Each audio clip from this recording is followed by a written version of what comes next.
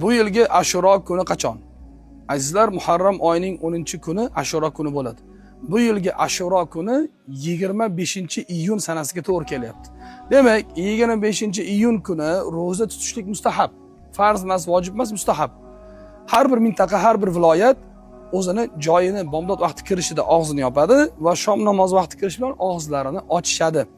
Bu kunning fazilati: Musa alayhissalom najot topgan, Nuhning kemasi najot topgan, Yunus alayhissalom baliqning qonidan chiqqan, Odam alayhissalomning tavba qilgan kuni, ya'ni o'sha xato ishni qilib qo'yib keyin tavba qilganlar mana shu kunga ulamolar aytadi, mana shu Ashuro kunida bo'lgan deydi.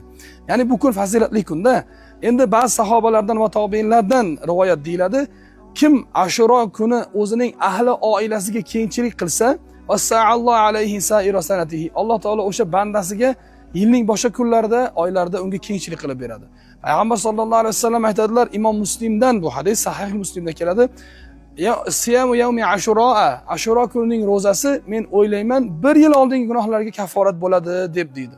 Shunday ekan bu kun rozasini tutamiz.